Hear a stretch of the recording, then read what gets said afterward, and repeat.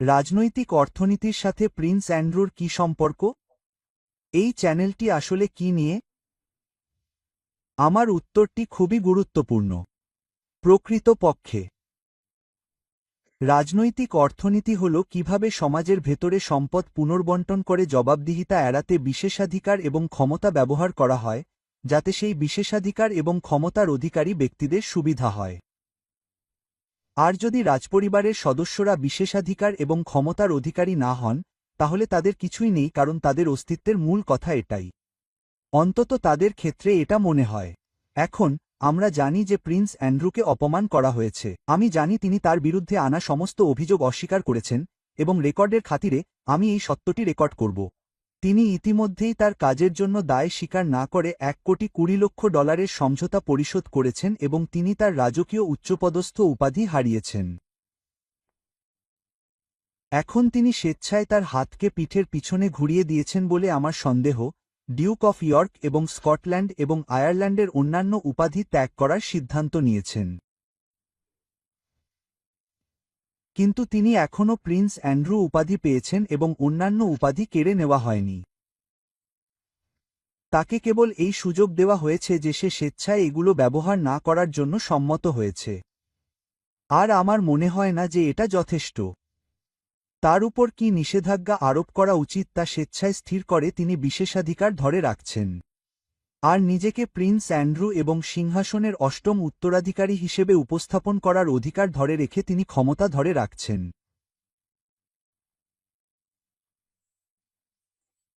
আর ফলস্বরূপ তিনি এবং পুরো রাজপরিবার এই দেশে আইনের শাসন এবং স্পষ্টতই গণতান্ত্রিক সমাজ প্রতিষ্ঠার দায়িত্ব মেনে নিতে ব্যর্থ হচ্ছেন, যখন প্রিন্স অ্যান্ড্রুর ভাই সর্বোপরি আমাদের রাষ্ট্রপ্রধান।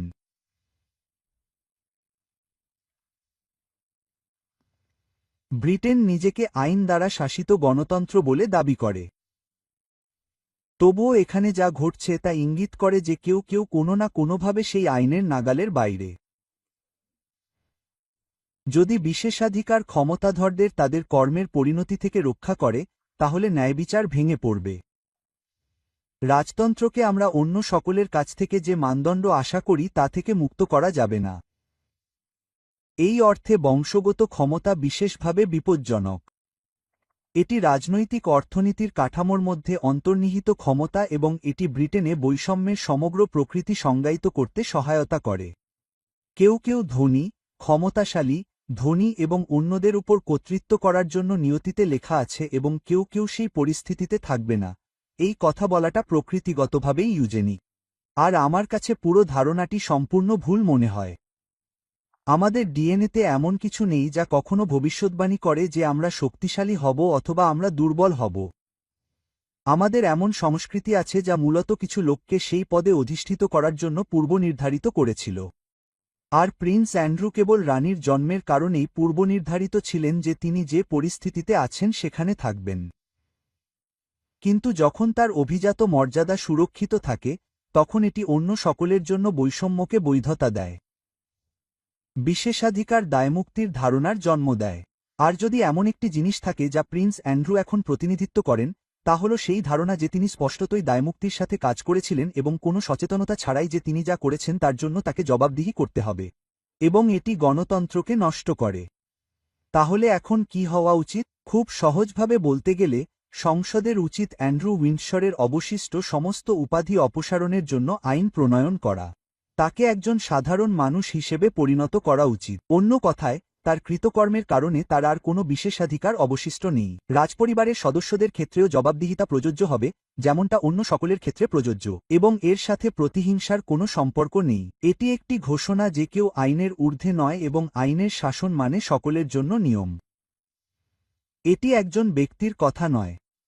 এটি প্রিন্স অ্যান্ড্রু সম্পর্কে নয়, যদিও তিনি স্পষ্টতই এই বিশেষ ভিডিওর বিষয়।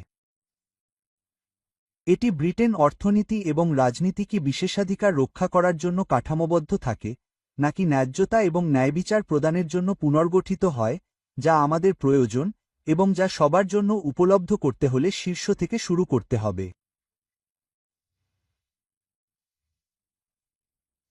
গণতন্ত্র কেবল তখনই টিকে থাকে যখন ক্ষমতা জনগণের প্রতি জবাবদিহি করে এবং প্রিন্স অ্যান্ড্রু, অ্যান্ড্রু উইন্ডসর তা করছেন না এবং তাকে অন্য কারো স্তরে নামিয়ে আনার এবং দেখানোর একমাত্র উপায় হল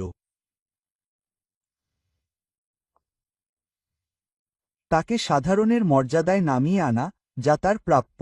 তাহলে আপনার কি মনে হয় প্রিন্স অ্যান্ড্রুর তার পদবি ব্যবহার না করলেও তার পদবি রাখা উচিত? তুমি কি মনে করো তাকে তাদের থেকে সরিয়ে দেওয়া উচিত? তুমি কি মনে করো এতে কিছু যায় আসে না? তুমি কি মনে করো আমাদের জন্য চিন্তিত হওয়ার মতো আরও ভালো কিছু আছে, নাকি এটা আমাদের গণতন্ত্রের প্রকৃতির জন্য মৌলিক? নিচে একটি জরিপ আছে, তোমার মতামত আমাদের জানাও। এই ভিডিওটি দেখার জন্য ধন্যবাদ। যদি তুমি এটি উপভোগ করে থাকো তাহলে দয়া করে লাইক এবং সাবস্ক্রাইব বোতামে ক্লিক করো, কারণ এগুলো ইউটিউবে আমাদের প্রচারণা ছড়িয়ে দিতে সত্যিই সাহায্য করে। সবচেয়ে গুরুত্বপূর্ণ বিষয় হল, তুমি কি এই ভিডিওর নিচের অংশটি দেখতে পারো যেখানে এটি আর ও কিছু বলে, এবং সেখানে তুমি আমার ব্লগের একটি লিঙ্ক পাবে।